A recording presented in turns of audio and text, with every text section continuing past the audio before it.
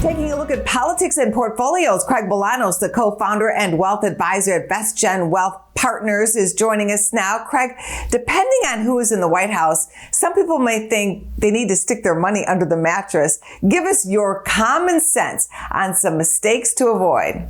Oh, you know what? Yeah, let's talk a little common sense, because when I think about election cycles, I've been through so many, as have others, but there's three mistakes that I think are really, really common for investors. And mistake number one is just worrying too much about which party wins. I need to remind everybody that if history's our guide, and to be quite frank, it's the only guide we have, staying invested for the long term is going to make a dramatic difference. And by the way, presidents get way too much credit, and presidents equally get way too much blame when it comes to the economy and it comes to the underlying fundamentals of investments. So the truth is, mistake number one, don't worry so much about which candidate wins the election. Instead, really focus on policies and the economy, because that's what's going to drive markets over the long term. What about trying to time the market based on who is in the White House or out of the White House? Well, I think, Angela, that ties into mistake number two,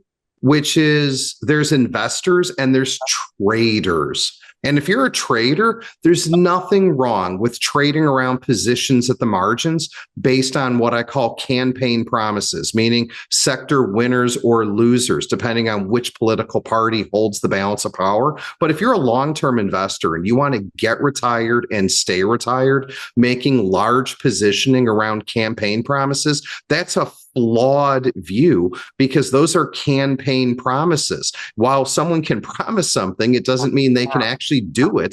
It depends on the outcome of Congress, because after all, executive authority only goes so far. What about an investor who wants to take all of their money out of the market because of who is president?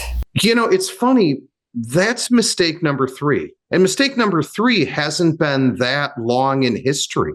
But ever since 2016, 2020, and here we are again, November of 2024, I see investors want to deal in absolutes, meaning if their candidate doesn't win, they want to sell everything and go to cash. That is never a good strategy, because it goes back again, we give presidents far too much credit and far too much blame. Now, don't get me wrong, this upcoming November election has a lot at stake for a lot of people, depending on their personal views relative to the world and the country.